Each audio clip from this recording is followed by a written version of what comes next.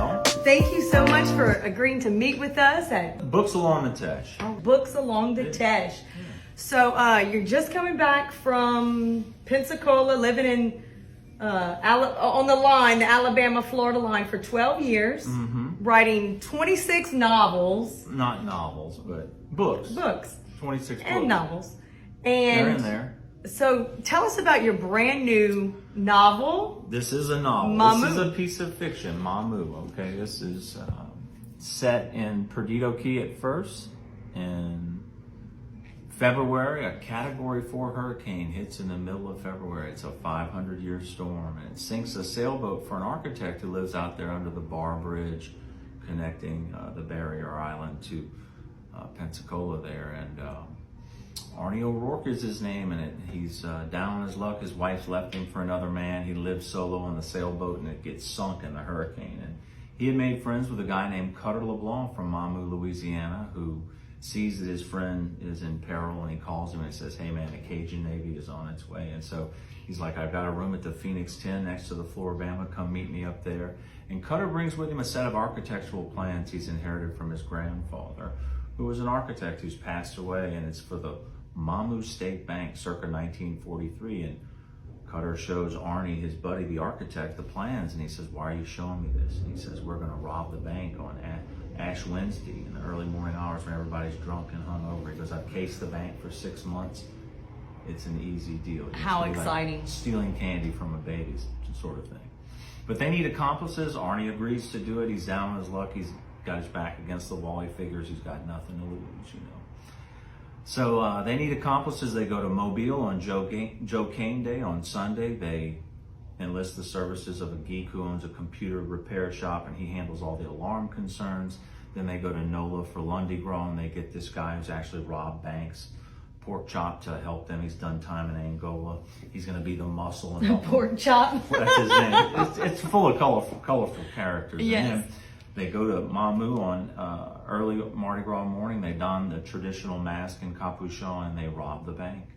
And it's an unforgettable holiday allegory. I give you a history of Mardi Gras along the coast in Mobile, New Orleans, and Mamou, and I dispel once and for all the pervasive myth that Alabama invented Mardi Gras. It was in Mobile, the capital of Louisiana, in 1703. So Louisiana was the first to have Mardi Gras, not Alabama. That's right, Alabama. Over here in the States. Well, you know, Louisiana comprised a much larger part of the North American continent due to the Louisiana Purchase in 1803, and Alabama didn't become a state until 1819, but in 1703 in Mobile, which was prior to that Camp St. Louis after Louis XIV, the Sun King, House of Bourbon, Orleans, France.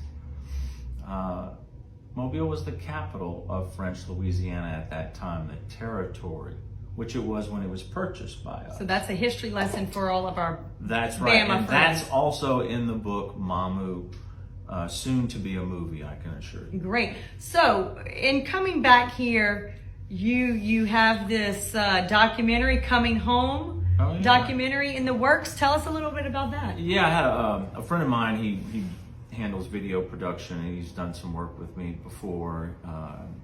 He had always wanted to try and get me to commit to doing something like that, some type of reality show. He finds me interesting, so. I said, what do you find interesting? He goes, "I don't know, you moving back to New Iberia." He goes, "That's interesting."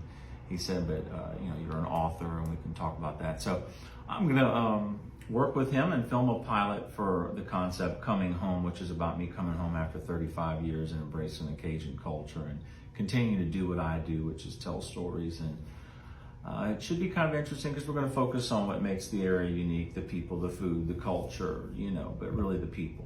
You know, the people are pretty amazing, and I think that many people will find what we do interesting, I'm sure, because we're going to put a lot in the can in a few days. It should be fun. There's nothing like Louisiana. It's if really you've unique. lived elsewhere, you realize how much you miss it, how much it has made you who you are. It has developed. That's true. Everything about me, for instance, I'm so Louisiana, thick and thin. I can't get away from it. Well, you know, and it's interesting. New Iberia is much like Louisiana in that it was too a political ping pong ball bandied between the French and the Spanish, the two monarchies that most influenced this region, the first the Louisiana Territory and then the state, and then we were painted red, white, and blue. But prior to becoming, one of the United States, we were really more like the Mediterranean coast than we were the United States of America because of the people that had influenced us, the French and the Spanish. And while New Iberia was founded in 1779 by about 500 Spaniards, the Seguras, the Lopezes, and many others that you would recognize if I would give you the names of all the families that settled here, they quickly acquiesced to the French culture once the Cajuns showed up. And the Cajuns had such a cool thing going that everybody had to do what they did. And that's what I find fascinating about it. As it should be. Well, you look at all those Spanish names, traditionally the Romeros and the Lopezes and all of those names, the Seguras, which my grandmother was a Segura. And I always associated those Spanish names with French Cajun people because they live that lifestyle. Mm-hmm. But, it is a lifestyle. But it's a melting pot of French and Spanish here that makes it really quite unique. Yeah. And in grad school, we learned we're no longer a melting pot. We're a mixed salad. That's what they say. A mixed salad? We're a tossed salad. That's what they say we are now. I like all of that. Because we're not melting in. Because we're keeping our culture, but we're just... Yeah. But they did. They melted into the Cajun culture, but... Yeah, it's interesting the way everyone started to do what they did. Mm-hmm. You could see that they were really the dominant lot, and everyone just kind of fell in line because it was suitable to them. We like this, And it's so important to hold on to the history, to hold on to the culture and the customs and everything, because there truly is nothing like Louisiana, and you gotta love it. And once you're here, you love it. So making sure that we hold on so tight to that, and you do that. Mamou. Mamou. Check it out. And Mamou is where my Mamou is from. Mamou Arlon I've been Ardouin. to the Mamou Mardi Gras. It helped me, my memory and imagination on this project. I had a lot of good memories from going to Mamou. The chicken run. Oh yeah, I've been there. I like on Monday night on Mardi Gras in Mamou, down underneath the red light. For a few minutes, best friends fight best friends. They get that out of their system because the next day they're going to have a mask on and a capuchon, and they can go around cold cocking each other, and that could create a problem. So what they do is if they got any bad airs, they get it out on the open on that Lundy Gras. I'm just going to dress up and go beat up people. How about that? Hey, get all my airs I out. remember I was there, my buddy Dave from Eunice, he was there and he had people punching him, so I just started to try and help him, and he's like, "Don't worry about it, C-Dub, I got this." And I was like, "What's going on, man?" Everybody started fighting, I mean, everybody in the crowd, all the guys and then all the women just scattered. And then you go to Fred's. You go to Fred's and have a Bloody Mary. Man, Tansu, she owes me money still. Is she in the book? Tansu is in the book. I can tell you exactly who Tansu is. She's kept it going, and they have that live broadcast there, and it really is an iconic spot. It's really neat. It's a big part of the story too, Mamou. So, and I appreciate you guys. We appreciate you. We're happy to have you back, Louisiana native, coming back, coming home.